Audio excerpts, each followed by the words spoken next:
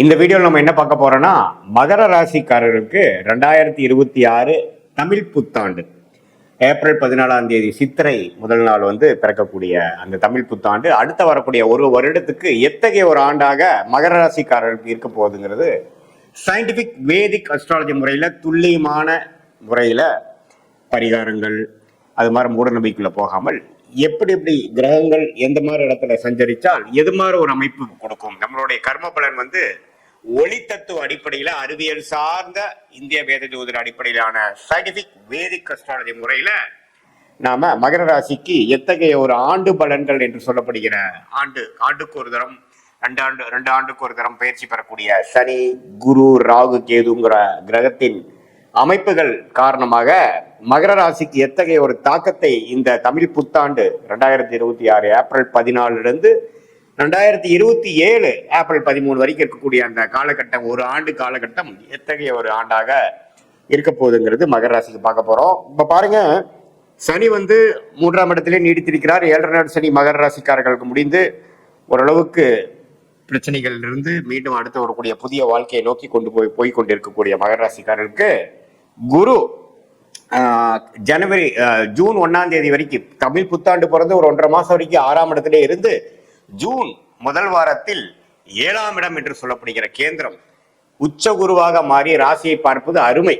So June 1ஆம் தேதியிலிருந்து பாத்தீங்கன்னா குருவின் தாக்கங்கள் ரொம்ப பாசிட்டிவா இருக்கு. யாருக்கு? மகர ராசிக்காரருக்கு. இது வரைக்கும் கொஞ்சம் பணவரவு கைக்கு வந்தது, வாய்க்கு வரவில்லை, கடன் தொல்லை, வீண் அலைச்சல், சுப செலவுகள் குறைவே இல்லாம போயிட்டு இருக்குதுங்கிற மாதிரி இருக்கக்கூடிய மகர ராசிக்காரர்களுக்கு இனிமேல் பாத்தீங்கன்னா எல்லாமே ஒரு கண்ட்ரோலுக்கு வரும். எல்லாமே கொஞ்சம் பாசிட்டிவிட்டிக்குள்ள நீங்களே போகக்கூடிய அமைப்புகள் கொடுக்கக்கூடிய அந்த பயிற்சி தான் குரு பயிற்சி. உச்ச குருவாக 7ஆம் இடத்துக்கு ராசியை பார்ப்பது அருமை. சரி, இப்போ ராகு கேதுகள் எப்படி இருக்கிறான்னு பாத்தீங்கன்னா, மகர ராசிக்கு 2ஆம் இடத்துல ராகுவும் 8ஆம் இடத்தில் கேதுவும் இருக்கிறார். இவரு பாருங்க, டிசம்பர் மாசம் புத்தாண்டு பிறந்து ஒரு 7 மாதங்களுக்கு அப்புறம் கேது குருவோட சேர்ந்து கேலயோகமாக 7ஆம் இடத்திலும் ராகு ராசிக்குள்ளேயும் வரார். ஸோ இந்த ஜூன் மாசத்திலிருந்து டிசம்பர் மாசத்துக்குள்ள ஒரு அருமையான ஒரு அமைப்பு இருக்கு. ஏன்னா ராகு கேதுகள் ராசிக்குள்ள இல்லை. ராகுகள் ராசிக்குள்ள சில மனக்குழக்கங்கள், அடுத்து வரக்கூடிய காலத்துக்காக நிறைய திட்டமிடுதல், சிலது சரியா வர்றது, சிலது சரியா வராமல் போறது, உறவுகள்ல கொஞ்சம் பிரச்சனை, அது மாதிரி பல விஷயங்கள் கொடுக்கக்கூடிய அமைப்பு இருக்கு. ஆனா ஜூன் மாதத்திலிருந்து நவம்பர் மாதம் வரைக்கும் ஒரு பொற்காலம் என்றே சொல்ல வேண்டும். யாருக்கு? மகர ராசிக்கு. ஏன்னா குருவின் பார்வை இருக்கு, ராகு கேதுகளின் தாக்கங்கள் இல்லை.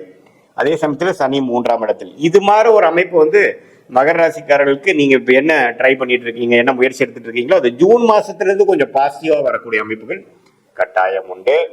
அப்புறம் பாத்தீங்கன்னா இந்த டிசம்பர் மாசத்துக்கு அப்புறம் எப்படி ஆகும் அப்படின்னா, இன்னும் கொஞ்சம் புதிய முயற்சி, சில பேர்த்தோட அசோசியேஷன், சில கான்ட்ராக்ட், சில வேலை மாற்றம், தொழில் அபிவிருத்திக்காக சில விஷயங்கள், நம்ம ஒருத்தரோட டைப் போடுறது, ஒரு கிளையண்ட்டு, கஸ்டமரு, கொலீகு, அது மாதிரி சில விஷயங்கள்ல நம்ம கொஞ்சம் சிரத்தையாக சில மெனக்கெடுதல், அது மாதிரி விஷயங்கள் தேவை. அதே மாதிரி மாணவர்களுக்கும் பாத்தீங்கன்னா இந்த ஜூன் மாதத்திலிருந்து நவம்பர் மாதத்துக்குள்ள அவங்களுக்கு வேணுங்கிற கோர்ஸ், என்ன மாதிரி அட்மிஷன் போகணும், எது மாதிரி ஹையர் ஸ்டடிஸ் பண்ணணுங்கிறதுக்கெல்லாம் நல்லா அமைச்சுக்கக்கூடிய அமைப்பு கட்டாயம் உண்டு.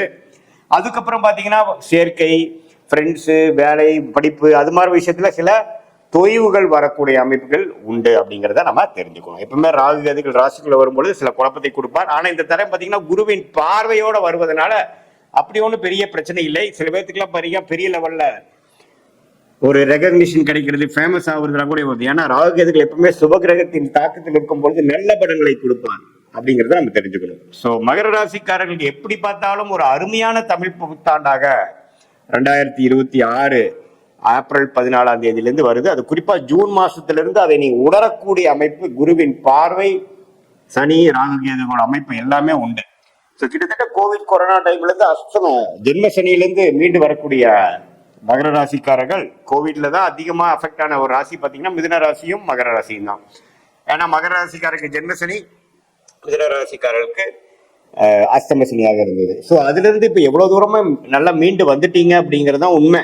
ஆனா இந்த 2026 தமிழ் புத்தாண்டு எப்படி இருக்குன்னா, நல்லாவே ஒரு அடுத்த லெவலுக்கு நம்ம போயிட்டோம். இது வரைக்கும் நான் மனசுல ஒரு வருஷம் 2 வருஷமா சங்கடங்கள், சில பிரச்சனைகள் தீர்க்க முடியாமல், சில உறவுகள்ல ஒரு சுணக்கமா இருக்கக்கூடிய அமைப்புகள், அது மாதிரிலாம் போயிட்டு இருந்த மகர ராசிக்காரர்களுக்கு ஒரு அற்புதமான ஒரு நல்ல ஒரு மாற்றத்தை உறவுகள் காட்டிலும் உறவுகள் விஷயத்துல, அதே மாதிரி வசதி வாய்ப்புகள் விஷயத்துல, அதே மாதிரி மன சந்தோஷம் மன மகிழ்ச்சி விஷயத்துல சுப விஷயங்கள் நடந்து அதுவரை நம்ம நடக்காம ஒரு தடைகளா இருந்ததேங்கிற ஒரு மன அழுத்தத்தை குறைக்கக்கூடிய அமைப்பாகவும், அதே சமயத்துல கல்யாணம், குழந்தை, குடும்பத்துக்கு ஒரு நல்ல விஷயங்கள்லாம் நடக்கணும், 2-3 வருஷமாவே ஜென்மசனியிலிருந்தே அதை நாங்கள் எதிர்பார்த்துட்டு இருக்கோங்கிறவங்களுக்குலாம் நல்ல மாற்றத்தை கொடுக்கக்கூடிய ஒரு அமைப்பு இருக்குங்க. அதே சமயத்துல பாருங்க, வியாபாரத்தில் இருக்கிறவங்களுக்கு நல்ல விருத்தி, நல்ல கஸ்டமர்ஸ், நம்ம கிளைண்ட்ஸ், பார்ட்னர்ஸ் அப்படிங்கிற மாதிரி சோசியல் லைஃப் வந்து மகர ராசிக்காரர்களுக்கு நம்ம பாசிட்டிவாக இம்ப்ரூவ் ஆகக்கூடிய ஒரு அமைப்பு இருக்குதுங்கிறது நம்ம தெரிஞ்சுக்கிறோம். ஸோ மகர ராசிக்காரர்களுக்கு எப்படி பார்த்தாலும் கடந்த 2 வருஷம் கம்பேர் பண்றப்போ இந்த ஆண்டு தமிழ் புத்தாண்டு, குறிப்பாக தமிழ் புத்தாண்டு பிறந்து ஒரு 1.5 மாசத்துல இருந்து என்ன அவங்க எதிர்பார்த்துட்டு இருந்தாங்களோ அது டக்குன்னு கொஞ்சம் கிடைக்கக்கூடிய அமைப்பு, சிலதெல்லாம் எதிர்பார்க்காத சில விஷயங்கள் நடக்கக்கூடிய அமைப்புகள்லாம் வந்து டிசம்பர் மாசத்துக்கு மேல வரக்கூடிய அமைப்பு. ஏன்னா கேது குருவோட சேரும் பொழுது கேடயோகமாக ஆறி கொஞ்சம் சோவிரயங்கள் மூலமாக பணம் ஈட்டுதல், ஷேர் ஸ்டாக்ஸ் அதுல எல்லாம் கொஞ்சம் பணம் ஈட்டுதல், கொஞ்சமே குடும்பத்துல கொஞ்சம் பிரச்சனைகள் போயிட்டு இருக்கிறதுலாம் கொஞ்சம் தீர்வு பெறுவதல், பங்காளி சண்டை, கோர்ட்டு கேஸு வம்பு வழக்கு இது எல்லாமே ஓரளவுக்கு தீர்வாகி நம்ம மனமே உற்சாகமாகி பழைய மாதிரி ஒரு ஏனோ தானோன்னு இல்லாம கொஞ்சம் உற்சாகத்தோட உருப்படுறதுக்கு என்ன வழிங்கிற மாதிரி ஒரு பாசிட்டிவிட்டிக்குள்ள போகக்கூடிய அமைப்பு தான் இந்த உச்சகுருவின் பார்வை ராசி மேல விழுகுதுங்கிறத நம்ம புரிஞ்சுக்கணும். இந்த காலகட்டம் குறிப்பா இந்த ஜூன் மாசத்துல நவம்பருக்குள்ள சில விஷயங்களா நீங்க காரியம் சாதிச்சுக்கணும்.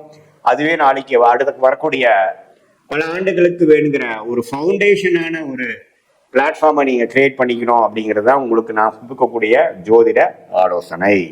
இது பொதுவான பலனை தவிர உங்களுடைய ஜென்ம ஜாதகத்துல பிறந்த தேதி, பிறந்த நேரம், பிறந்த ஊரை வைத்து உங்க ஜாதகத்தை போட்டு நீங்க எந்த லக்னத்துல பிறந்தீங்க, நீங்க மகர ராசியில அவிட்ட நட்சத்திரத்துல பிறந்திருந்தாலும் சரி, திருவோண நட்சத்திரத்துல பிறந்திருந்தாலும் சரி, உத்திராட நட்சத்திரத்துல பிறந்திருந்தாலும் சரி, லக்னாதிபதி நீ என்ன லக்னம், உங்க லக்னாதிபதி எப்படி இருக்கிறார், ஸ்தானபலம், திக்பலம், திருப்பலம் எப்படி இருக்கிறார், எது மாதிரி தசாபுக்திகள் போய்கொண்டு இருக்கிறது, உங்க லக்னத்துக்கு யோகமான தசைகள் போய்கொண்டு இருக்கிறதா, எது மாதிரி வாழ்க்கையில அடுத்த வரக்கூடிய 6 months 3 months அடுத்த 12 months 1 yearலாம் எப்படி இருக்கு, எது மாதிரி திசையில் நம்ம வாழ்க்கை அமையக்கூடிய அமைப்புகள் இருக்கு, திரும்பக்கூடிய அமைப்புகள் இருக்கு, எந்தெந்த பிராப்தங்கள் காத்து இருக்கிறது, எந்தெந்த பிராப்தங்கள் நமக்கு வரக்கூடிய அமைப்புகள் இல்லை அப்படிங்கிறத தெளிவா தெரிந்து அதை நோக்கி நீங்க வாழ்க்கையில செய்யக்கூடிய முயற்சிகளா இருந்தாலும் சரி, திட்டங்களா இருந்தாலும் சரி, அதை நோக்கி நீங்க வந்து ஒரு செயல்பாடுகளையும் நீங்க செய்யும் பொழுது வாழ்க்கையில் எளிதில் எதிர்நீச்சல் போடாமல் வெற்றி பெற முடியும் என்று சொல்ல விரும்புகிறேன்.